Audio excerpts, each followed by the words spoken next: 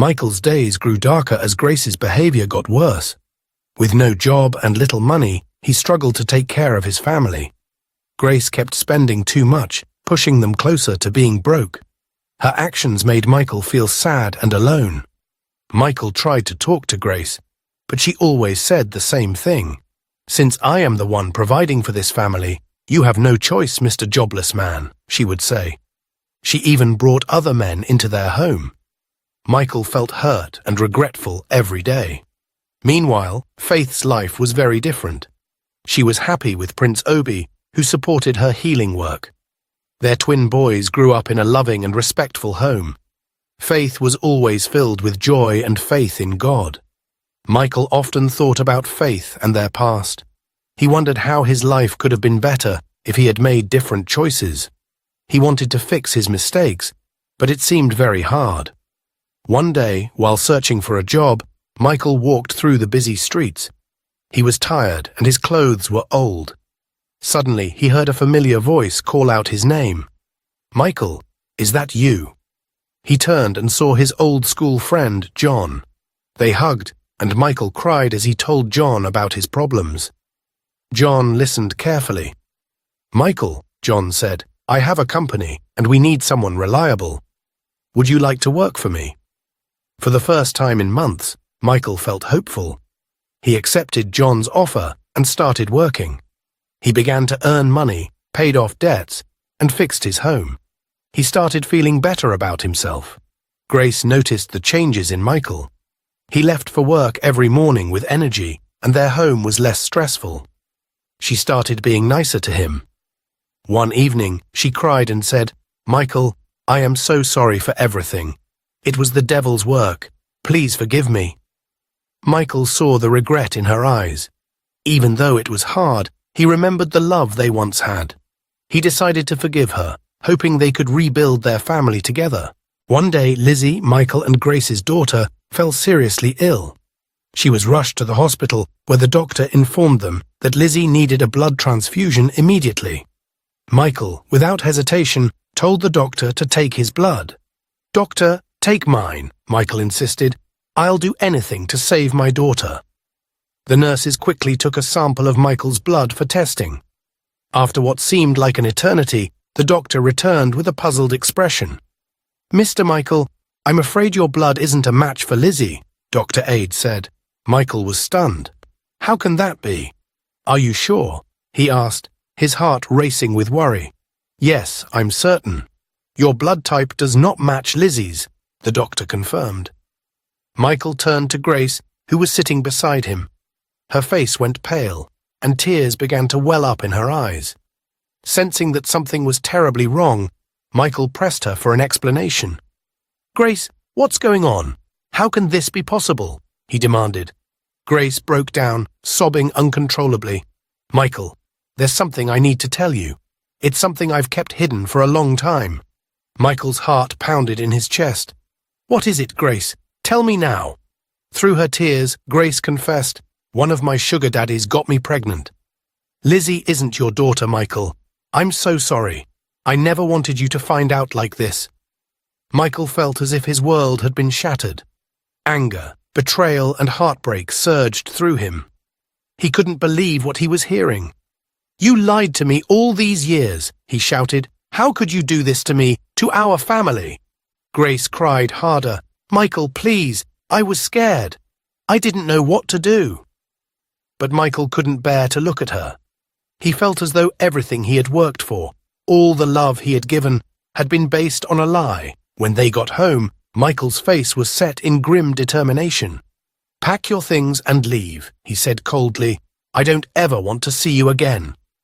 Grace tried to plead with him, but Michael's mind was made up. He watched as she gathered her things, her sobs filling the silent house. As she walked out the door, Michael felt a mixture of relief and sorrow. He had lost so much, but he knew he couldn't continue living a lie. Desperate and out of options, Grace went to the house of the sugar daddy who had fathered Lizzie. She thought he might help, considering Lizzie was his daughter too. However, when she arrived and explained the situation, his wife came out, furious. "How dare you come here?" she shouted. You and your daughter are not welcome. Stay away from my husband and never come back." Humiliated and rejected, Grace had no other choice but to leave. With nowhere else to turn, she decided to return to her village, to seek forgiveness from her family. Grace arrived in the village in a state of panic, clutching Lizzie in her arms. She hurriedly made her way to Faith's home, having heard that Faith had become a healer since she left the city. Without hesitation, Grace burst into Faith's house, tears streaming down her face. "Faith, my beloved sister, please help me." "My daughter is dying," Grace pleaded desperately. Faith, who was in the middle of her healing work, looked at Grace with surprise, but remained composed. She approached Lizzie, who lay weak and pale in Grace's arms. Faith gently laid her hand on Lizzie's forehead and closed her eyes in deep concentration. After a few moments, Lizzie's breathing steadied, and the color returned to her cheeks. Grace watched in awe as her daughter's strength seemed to return miraculously. Grace moved to embrace Faith in gratitude. But before Grace could utter a word of thanks, Faith spoke with a stern voice. "Grace, you must leave," Faith said firmly. "Take Lizzie and go. You are not welcome here anymore." Confusion and hurt washed over Grace's face. "But Faith, Faith interrupted her, her expression unwavering. "You brought shame upon our family with your actions. I will heal Lizzie because she is innocent, but you must leave and never return. Your presence here brings only pain and sorrow." Grace's heart sank. She had hoped for forgiveness and redemption from her sister, but instead she faced rejection and condemnation. Grace, with Lizzie now healed, left Faith's house feeling a mix of relief and shame. Desperate and with nowhere else to turn, she made her way to their parents' house. When she arrived, she collapsed in front of them, tears streaming down her face. "Mother, Father, please forgive me," Grace sobbed. "I've made so many mistakes, but I need your help. Please, help me make things right." Her parents, seeing their daughter's genuine remorse and the exhaustion on her face, pulled her into a comforting embrace. They had heard bits and pieces of what had transpired, but were willing to give Grace another chance. "It's all right, my daughter," her mother said softly. "We all make mistakes. What matters is that you're willing to make amends." Grace nodded, grateful for their forgiveness. She then explained what had happened with Faith and Lizzie. "Please, help me talk to Faith," Grace begged. "I need her forgiveness too." Her father nodded. "We will speak to her, Grace. Rest for now." The next day, Grace's father visited Faith. He found her busy with her healing work, but managed to pull her aside. "Faith," he began gently, "your sister Grace is truly sorry for what she has done. She needs your forgiveness. We all do. Can you find it in your heart to make peace with her?" Faith looked at her father, her eyes filled with a mixture of pain and compassion. She had always respected her father and knew he wouldn't ask this of her lightly. "Father, Grace's actions hurt us deeply." "It's not easy to forget," Faith said quietly. "I understand, Faith, but holding on to this pain will only hurt you more. Grace is truly repentant. She needs our support now more than ever," he replied, his voice soft but firm. Faith sighed deeply, her heart heavy with conflicting emotions. "All right, Father, I will make peace with Grace," she agreed. Her voice tinged with sadness. Her father hugged her, relieved. Later that day, Faith went to her parents' house. When she saw Grace, the memories of betrayal and pain washed over her, but she steeled herself. Grace, seeing Faith, immediately broke down in tears. "Faith, I'm so sorry," Grace cried. "I know I don't deserve your forgiveness, but I'm begging you to give me another chance." Faith took a deep breath, remembering her father's words. She stepped forward and pulled Grace into an embrace. "I forgive you, Grace," Faith whispered. "Let's put this behind us and start anew." A few weeks later, Michael, still grappling with the reality of his mistakes, decided to return to the village. His thoughts were consumed by the twin boys he had never truly known and the woman he had wronged so deeply. He was determined to make amends, no matter the cost. Michael found himself standing once again at Faith's doorstep. He knocked, and after a few moments, Faith opened the door. Her expression was one of surprise and guarded skepticism. "Faith, please," Michael began, his voice trembling with emotion.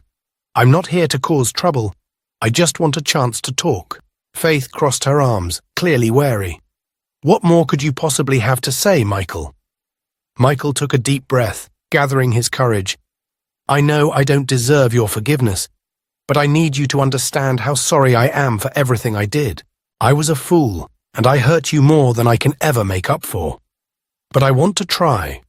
I want to be a better man for our boys." Faith's eyes narrowed. "You think just saying sorry is enough? After everything you put me through?" "No, I know it's not," Michael admitted, "but I'm willing to do whatever it takes to prove that I've changed. I'm not asking for you to trust me right away. Just give me a chance to be in their lives, even if it's just a small part." Faith shook her head firmly. "No, Michael.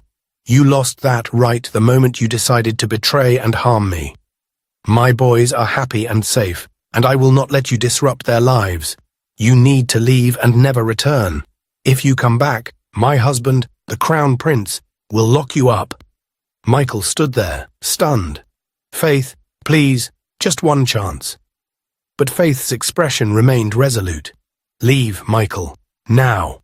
With a heavy heart, Michael turned and walked away, knowing he had lost any chance of being a part of his sons' lives.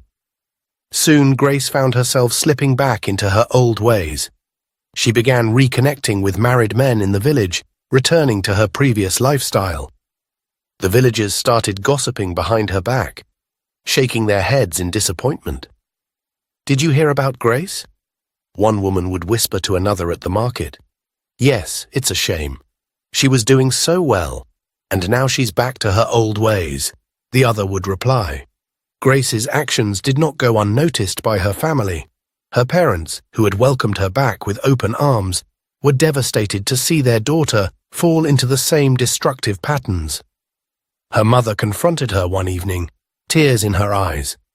"Grace, what are you doing? We believed you had changed," she said, her voice trembling. Grace looked away, unable to meet her mother's gaze. "It's my life, Mother. I'll live it the way I want." Her father, who had been standing silently in the corner, finally spoke up. "Grace, you need to understand that your actions have consequences. Not just for you, but for Lizzie as well. You need to think about her future." Grace shook her head stubbornly. "I'm not a child. I can make my own decisions." One day, the situation reached a boiling point. Grace was caught in the act with a married man, and the news spread like wildfire. The man's wife, furious and heartbroken, confronted Grace in the middle of the village. "How dare you?" she screamed, her voice shaking with rage. "How dare you come into my home and destroy my family?" The confrontation drew a crowd, and Grace stood there, humiliated and ashamed. She tried to apologize, but her words fell on deaf ears. A few weeks after Grace had a troubling encounter with a wife of one of her older companions, she made a reckless decision. She couldn't stop thinking about Prince Obi, Faith's husband. Ignoring all sense, she went to his house one afternoon, when she knew Faith would be away. Grace knocked softly on Prince Obi's door, feeling nervous but determined. When he opened the door, he looked surprised but serious. "Grace, what are you doing here?" he asked cautiously. "Prince Obi, you deserve someone who understands you," she said, her voice shaking a little. "I can make you happier than Faith ever could." Prince Obi was shocked. His tone became stern. "Grace, you're crossing a line," he said firmly. "I love my wife, and I won't betray her." But Grace was determined.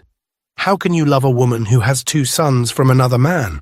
she questioned, trying to sow doubt in Prince Obi's heart. "And did you know she deceives everyone with false miracles?" Prince Obi's face grew stern. "Grace, this is not the behavior of someone who respects others or their families. It is wrong to try to come between a husband and his wife." Realizing her mistake, Grace felt ashamed and regretful. Without saying another word, she turned and hurried away from Prince Obi's house, her heart pounding with guilt and fear. After that impulsive act, Grace faced serious consequences. She knew she had hurt her relationship with Faith and maybe her place in the palace. Feeling overwhelmed with remorse, she quickly packed a few things and made a big decision. She left for the city, leaving her daughter Lizzie behind.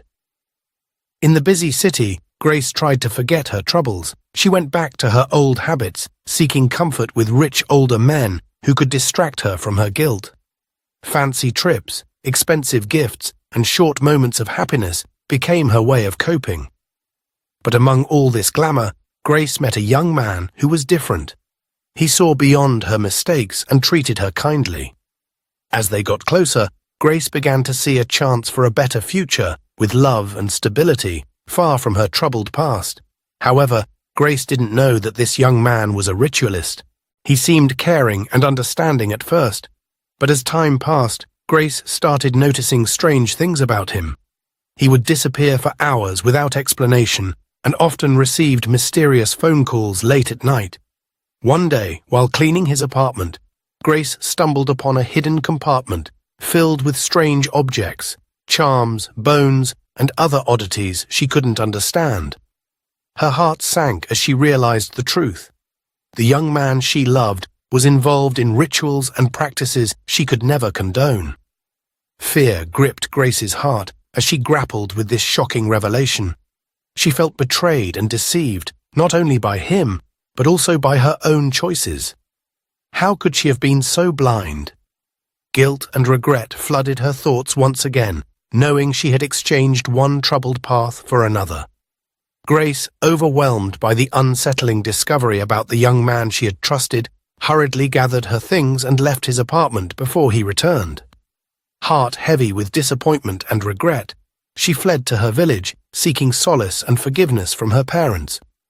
However, Grace's hopes of reconciliation were shattered when her parents refused to accept her back. They were disappointed and angered by her reckless choices, and they made it clear she was not welcome in their home again. With nowhere else to turn, Grace sought refuge with a friend in a neighboring village.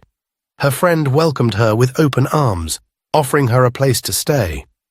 Grace sat quietly in her friend's house one evening, feeling lost and betrayed by her own boyfriend. Her friend, seeing her distress, gently asked, "Why did you let Faith take away your future husband?" Those words sparked a storm of memories in Grace's mind.